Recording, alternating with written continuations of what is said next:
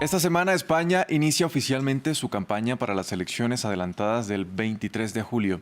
Cada vez más las encuestas sugieren que la derecha podría entrar al gobierno luego del voto castigo aplicado a Pedro Sánchez en los comicios pasados. Para analizar este tema saludamos en Bogotá a Miguel Gómez Balestreri. Él es PhD en Ciencias Políticas y Relaciones Internacionales y profesor del Departamento de Ciencias Políticas de la Universidad Javeriana en Colombia. Señor Gómez, bienvenido a Directo América. Buenos días, ¿cómo están? Después de la derrota del PSOE en las elecciones autonómicas y municipales hace más de un mes, Pedro Sánchez decide convocar a elecciones anticipadas y así evitar que la derecha siga fortaleciéndose de alguna manera. Pero ahora una encuesta del Centro de Investigaciones Sociológicas pronostica que la derecha, concretamente el PP, podría ganar las elecciones, pero no le alcanzaría para gobernar ni siquiera con los votos del partido Vox. ¿Cómo cree que se llegó a estos pronósticos? Bueno, yo creo que aquí hay que integrar una visión de largo plazo y también multinivel. Es decir, que lo que ha pasado en las elecciones autonómicas y locales no significa que forzosamente vaya a pasar lo mismo a nivel nacional. Primer punto. Segundo punto, hay un desgaste evidente del gobierno Sánchez en estos años y en un sistema parlamentario como el español, ese tipo de desgaste pues, lleva a reconfiguraciones, donde también algo muy interesante ha sido la caída de Podemos en las intenciones de voto, así como de su capacidad para pues, atraer electorado. Entonces ahí, por ejemplo, tenemos la aparición de nuevas plataformas electorales, como por ejemplo Sumar, que retoman y desafían a la izquierda al gobierno de Sánchez. Entonces, primer elemento, el desgaste tiene que ver con elementos económicos, pero también con políticas sociales. Segundo, también tiene que ver con una cierta frustración por parte de la población ante ciertas políticas sociales que no forzosamente han avanzado como les habría gustado, como por ejemplo el tema de sanidad. Y tercer punto, pues evidentemente el contexto internacional. Entonces, diría que el panorama de las encuestas es relativamente previsible. Bien, usted mencionaba a Sumar. De hecho, esta misma encuesta dice que para que el PSOE pueda retener el gobierno debería hacer una alianza con esta coalición. ¿Qué tan factible es esta posible alianza? En realidad es bastante factible porque de hecho hoy día el gobierno de Sánchez ya tiene ciertos ministros que provienen de Podemos. La líder de Sumar pues originalmente venía o provenía de Podemos, pero ha creado una plataforma nueva. Diría que en el fondo es extremadamente plausible, mucho más que hace unos años. Y aquí hay que retener algo, y es que cuando estamos ante un sistema parlamentario donde se tienen que establecer alianzas, la estrategia de los gobiernos tradicionales como PSOE y PP puede ser también introducir a los gobiernos que están o a su izquierda o a su derecha para también intentar socavar el voto protesta que se dirige hacia esos partidos, por ejemplo Podemos en su momento, hoy día Sumar, o por ejemplo Vox para el PP, y también al fin y al cabo los terminan debilitando, por lo cual lo que hemos visto como alianzas a nivel subnacional también da pistas de que el electorado es mucho más móvil, es decir, que hay una volatilidad en el voto de los españoles y no están forzosamente votando igual a nivel subnacional que a nivel nacional.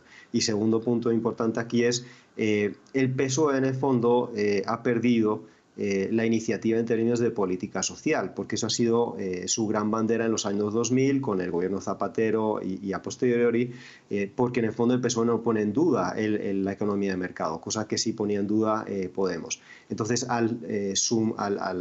digamos, al hacer alianzas con Sumar, lo que podría hacer es recuperar también esa iniciativa en términos de política social y no dejarse cooptar esa arena de la discusión política. Hablemos de un personaje que usted acaba de mencionar y es la líder de Sumar. Esta misma encuesta también dice que Sumar podría ser la segunda fuerza más votada y aquí sobresale esta figura clave que es Yolanda Díaz. ¿Qué posibilidades tiene ella de convertirse en esta primera presidenta del gobierno español como ella misma lo ha manifestado? Bueno, yo creo que hay una intención por su parte, pero la verdad es que el caudal de voto que tiene ahora mismo no le daría para ser la número uno del gobierno. Ahora, es evidente que, por ejemplo, Pedro Sánchez en su momento también desafió la tradición de las investiduras y las alianzas políticas en España y logró ser presidente del gobierno. Ahora, lo que hay que tener claro es esto es algo muy interesante, y es que en España antes teníamos partidos de opinión que forjaban opinión pública. Hoy día tenemos cada vez más, y de hecho, por ejemplo, Macron fue un poco un ejemplo igual, la aparición de plataformas electorales que lo que hacen es respaldar ciertos liderazgos. Y entonces esto ya era algo relativamente normal en las democracias latinoamericanas, pero en España es algo hasta cierto punto reciente.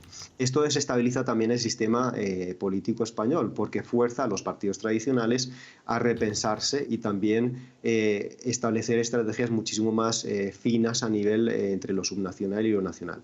Para responder a su pregunta, en términos de capacidad de voto, tampoco hay que presuponer que todos los votos, por ejemplo, que ha perdido Podemos o que estaría perdiendo PSOE irían directamente a Sumar, porque Sumar también está proponiendo una agenda de gobierno que no forzosamente convence, por ejemplo, a las electoras feministas muchísimo más ambiciosas, tampoco convence al electorado, por ejemplo, más ideológico de izquierdas propio de Podemos, y tampoco, por ejemplo, estaría convenciendo a votantes de PSOE más tradicionales Sí. desde los años 80.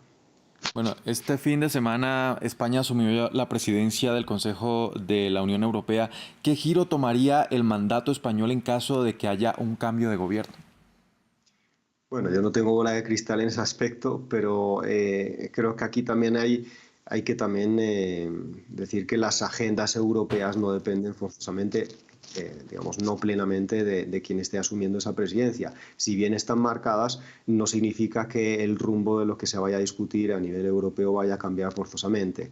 Sobre todo en un contexto donde tenemos una debilidad geopolítica por parte de la Unión Europea, que está insertada en un proceso de repensarse y repensar su rol a nivel internacional. Pero lo que está claro es que, por ejemplo, lo que es el apoyo a Ucrania, por ejemplo, o lo que sería una relación que se está intentando digamos, revisitar con China o con Ucrania, con Rusia o con Irán, pues esos desafíos no van a cambiar realmente con un cambio de gobierno español. Lo que sí hay que aclarar aquí es que el cambio de gobierno español sí puede debilitar la iniciativa en algunos aspectos de lo que sería la agenda de reforma de las instituciones o los procesos decisionales dentro de la Unión Europea, pero pues la Unión Europea en el fondo en términos de generación de política pública es algo extremadamente técnico y estable, Claro. entonces cambia algunos aspectos y otros no. Bien, era Miguel Gómez Balistreri, analista político en relaciones y ciencias políticas y relaciones internacionales. Muchas gracias por el análisis aquí en France 24 de cara a estos comicios en España. Gracias a ustedes por la invitación. Y ustedes televidentes también gracias por sintonizarnos. En momentos regresamos, hacemos una breve pausa. Esto es Directo América.